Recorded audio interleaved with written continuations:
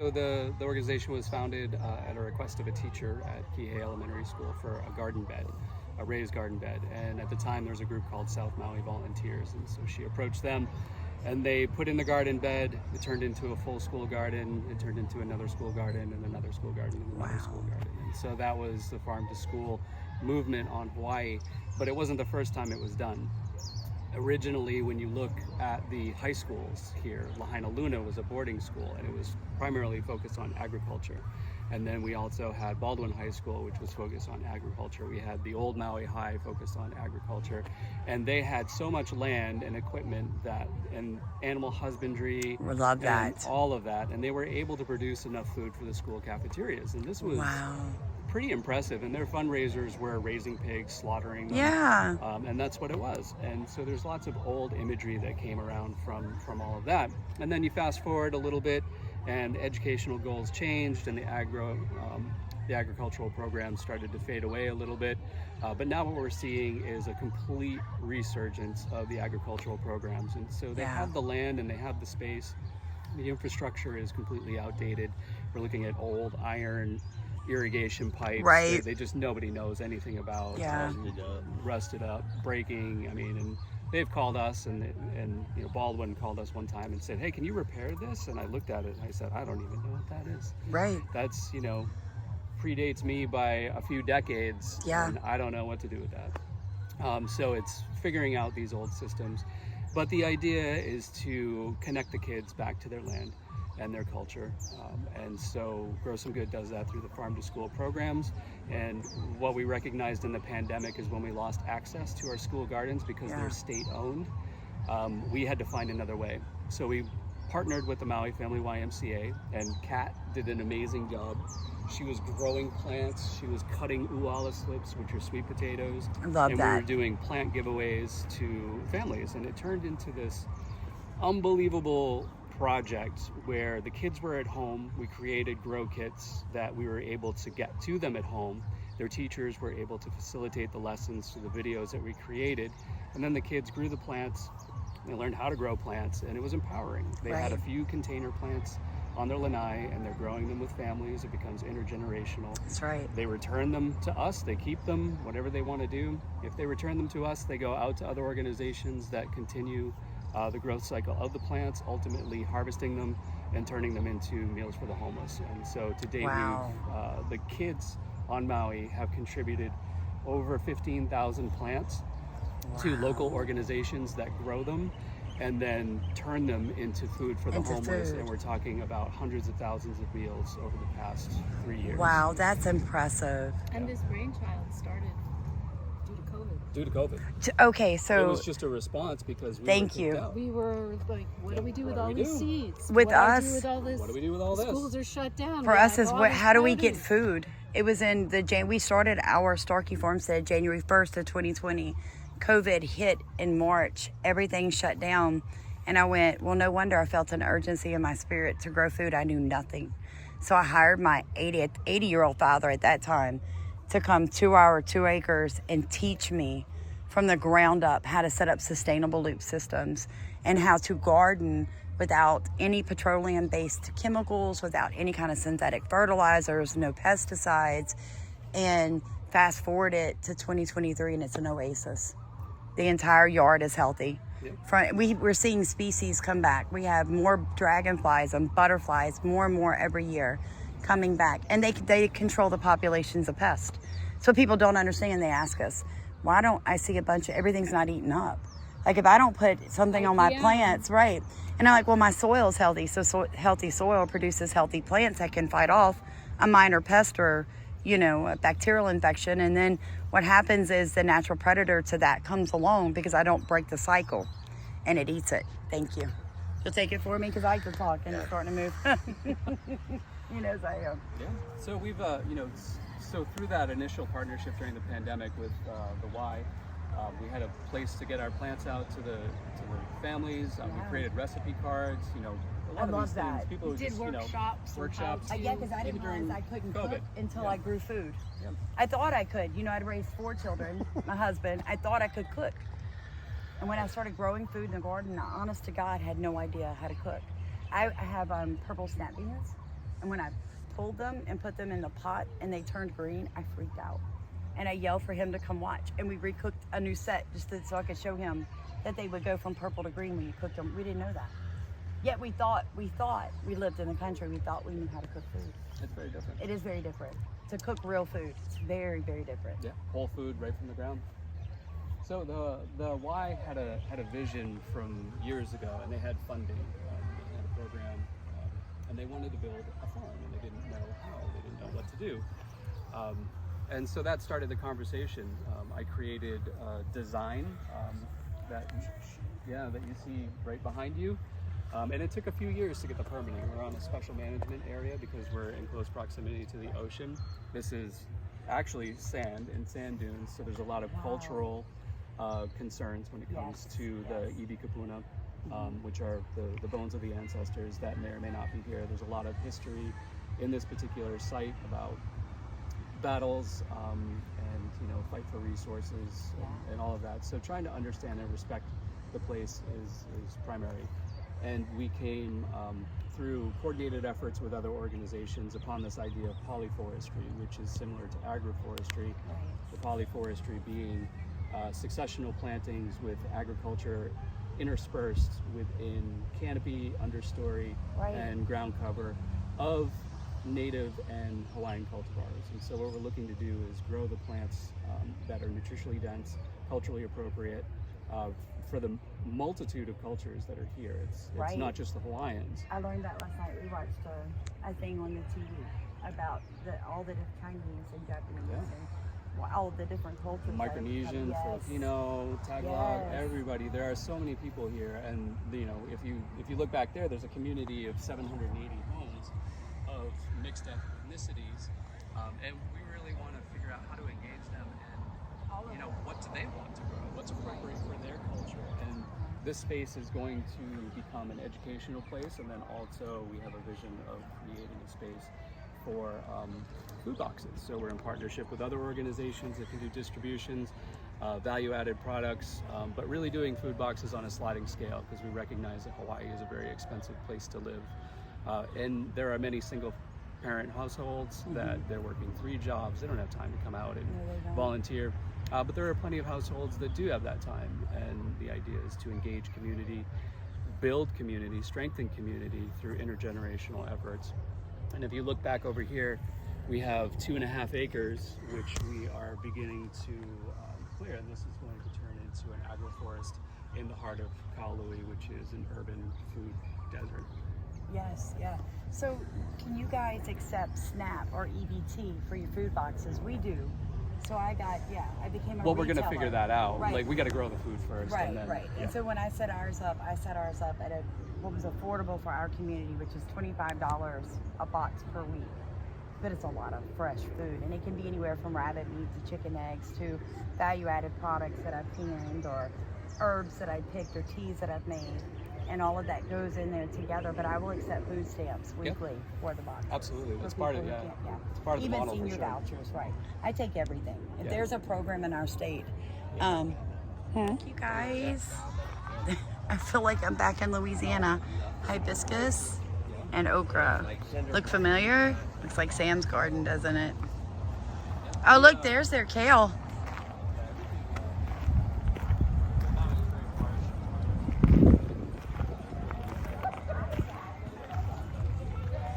This is so beautiful. LA. It's kale, very kale-like. Oh my gosh, that's native hibiscus. Okay, so I think that I just bought a cutting in a store the other day at this because I wanted to add a few things. So I'm telling you, I feel like I'm at home. What is this? So we call these elephant ears at home. This is taro. Taro, okay. Kalo is the native name. The way you tell the difference between this and elephant ear is it has this pico area. Elephant ear the leaf will go straight to the crotch, but this has this. Looks like a heart. Yeah. Yeah, because And I'm this is looking at pretty this. This is like the core Hawaiian food. Right. Yes, Yeah. and you're eating the roots from The this, root- correct? Leaves as well can be eaten, and even like small stems, you can chop these up and eat them. But the Oh, primary is it's got a big tuber down there. Yes. And that can be table kalo, or it can be poi. Okay. Which is and poi fermented. is the more liquidy, right? Like When they pudding almost. yes. Yeah. So we were able. Our friends took us and we stayed in Hana. One of the first nights we were here, we tent camped on their indigenous land, and they fed us. It's the first time I've ever had it. She chopped it up and put it in. She fried it in like spam. It was amazing. Delicious. It was amazing. Like I ate these little cakes. And It's a purple sweet potato, Molokai sweet potato. okay, so I ate this the other day at a restaurant. I told my husband, I will order from somewhere legally because I know you can't take it, but I am looking to order some of this to introduce this into Louisiana. I think it'll do really well in our clay soil. Yeah, I do. I farm like 10 miles that way. Right. And I fight clay. Yes. And these two plants are my secrets. Get the right variety, you might be able to get a single set. Yeah, that's Stephen. That's the banana trees, but you know how sick they look at people's. I mean, seriously, they look ill in Louisiana. Trees are about this high, and they start branching off, And and they're they just look like crap. yeah, they don't look like this. They're the big green ones. They're the big green ones. They just look unhealthy. They really do. Like there's something lacking that they need. Oh wow, Okinawa spinach. Okay, so yeah. Right? Lulu, breadfruit. Not yet. Hopping yet. Have you ever had red? And this was phase 2 right over here. It was all grass, and then we're looking at that 2 acres over there, which is going to be Phase 3. So here's phase 1, and again, keep in mind, like, use your imagination. This was hard packed. It feels like a jungle. It's beautiful. Wow, you guys did this in 2 years. Less than 2. Look at everything producing, Stephen. So part of that was amending the soil. It's starting off with a very strong soil base. So this was hard packed dirt. It was neglected. Indigenous microorganisms were brought in to help do the work of creating tilth, good soil health. And So then you guys lots of do the mulch. microorganisms. We did that too when we first started. We applied a liquid base of really positive good. The grass that didn't belong there. And it was dead. There was nothing alive in that soil. You can walk down through there. Oh, wow. I will. I do. I love this kind of stuff. This is beautiful. Wow. Look, people could, for all of you guys that grow banana trees, this is what they're supposed to look like. They're beautiful. Apple bananas. So they're sort of a little bit shorter, a little bit fatter. I think I have some in the shed. I think those are the bananas at the motel room. Wow. Hello, little gold dust. I love the vines. So y'all did very well with, I keep seeing, so you did like you have your low line and then you have your vines and then you came up like your understory and then your, Creating forest. yes, and that's exactly what it feels like. So this is a demonstration of how dense you can plant and still Right. have And still have space. Right. plants. And it is the biodiversity that makes it succeed. Now are these are the taro, Taro, kalo. And then what is this? It's called mamaki. It's a native shrub that is you can make tea and it's medicinal. It's like an herb. Oh, I love. Do you guys grow? Mr. Scott's going to talk to us about how to fund and get something like this started in your community. We've been very fortunate. We have a good relationship with the county, and we have been a line item on the mayor's budget for a number of years in past organizations. And so what that means is we're written into the county budget at specific amounts, and those are reimbursement grants that are provided to Grow Some Good. And they're primarily for our farm to school programs.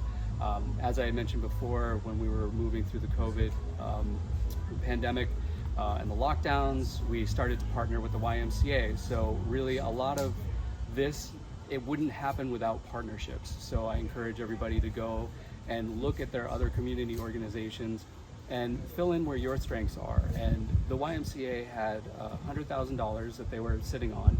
They had the vision, but they had they weren't sure how to make Right. it happen. Right. And we knew how to make it happen, but we didn't have the capital money. Exactly. So once you start to leverage the little bits of money that you can, and you partner with other organizations, and you bring more organizations into a shared vision, and everybody's pooling their resources, and those resources are volunteers, their money, right. their strategy leaders, it's government, it's everybody. So I know this is very general. There's no specific formula. Right. But what you need to do is look at what you have and look at the people that you have and the organizations, and is there a desire at those government county levels where you can start to tap into that. Now, the interesting thing about the YMCA, because they had that $100,000, I was then able to go out with our organization, and we were put in contact with basically a legacy donor. He provided us with $100,000 in seed money. Right. So we had $100,000 through the WISE funders. We had $100,000 in seed money through the Anderman Family Foundation, which took a risk. You know, they Right. didn't know us. It was built off of a relationship that we worked on for a year before, and multiple proposals, and trying to understand, you know, what was the vision of Mr. Anderman and his family. What did they want to see? And they were really focused on sustainability. Right. And they found that agriculture is the nexus of all sustainability. When Really you look is. at the use of water and resources.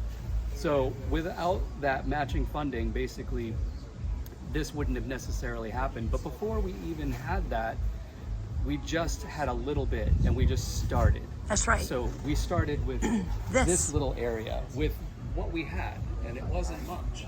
And it was a few people, a few volunteers, and a few $100, you know. That's and right. that's really how it goes. And once you get that going, you've got the momentum That's to right. move it forward. And then now that we've moved out into there, you know, with Mr. Anderman's money and the YMCA's money, and other grant funding and other donations from lovely folks from all over the place, Right. it just creates this unstoppable momentum. It does. It does. Like a ball going downhill. It's just a waterfall. If the vision is honest and true, and for the right reasons, I believe that you need to just get out of the way Let it go. and let it run. And you are there as a shepherd and a steward of resources. Right. And that's really it. Yeah. Thank you, because that's it. That is how we started Starkey Farmstead. We had a vision, and we had acreage. We had no money and no knowledge. And you look at it today, and where it went, and where it is, and there's no stopping us now. No, No it stopping just keeps us. going. That's it. Yeah, and so we've got more money coming in.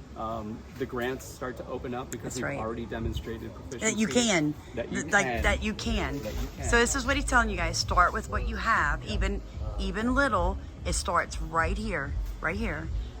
That's, I think, people's biggest problem. They can't go from here where we are to there. They want to start there. They don't understand that you start here. You start here. Yeah, you start here, and you got to start within your capacity. That's right. Because you will burn out Yes, you will. quick, fast, and in a hurry. You will. And so you really got to, you know. For me, it's always pushing the edge. It's never comfortable. No, It's that's right. not. And if it's comfortable, then I know I'm not doing my job. That's right. And it needs to be uncomfortable, and you're continually pushing that. You know, Pushing. there's no moment to sit and rest on your laurels. You There's not. continually Push. push. That's how we push, are. I just push. told somebody the other day I was getting very comfortable in the way my farm was running, and so now I'm buying a pelleter, and I'm going to start growing cover crops and making my own feed, because it's time to push. Yeah. Keep pushing. It's time to push. I There's got no all that time. down pat. Now it's time to push. Yeah, Go to a new 5-year-old. system. I got a 5-year-old daughter. Yeah. I'm not holding back. I'm not waiting. That's for right. anything. Like, That's it. You don't have time. No. We have to be I able to don't. feed our kids. Tell everybody that. Thank you so much for letting us come. my It's a blessing and an honor to be here. It's beautiful. Yeah. Thank you for your interest, and thank you Thank for you. your generous Yeah. donation. Well, they donated. Thank you Yeah, for your right? generous donation. They're This is wonderful. what it goes towards. So Yeah. It'll be continuing to expand, as I had said before, out into that 2.5 acres. And we have a lot of amazing funders that you know, Yeah. Maui County is Yeah, she was talking last night. I thought that was wonderful listening to her. And you guys, if you did not catch that, please go back and watch. We were at the budget meeting last night with Maui County. Please go back. You will see a representative from Grows From Good speaking. She was wonderful. yeah, Wonderful She lady. is a wonderful. Yeah, we're really blessed with an amazing team. Yeah.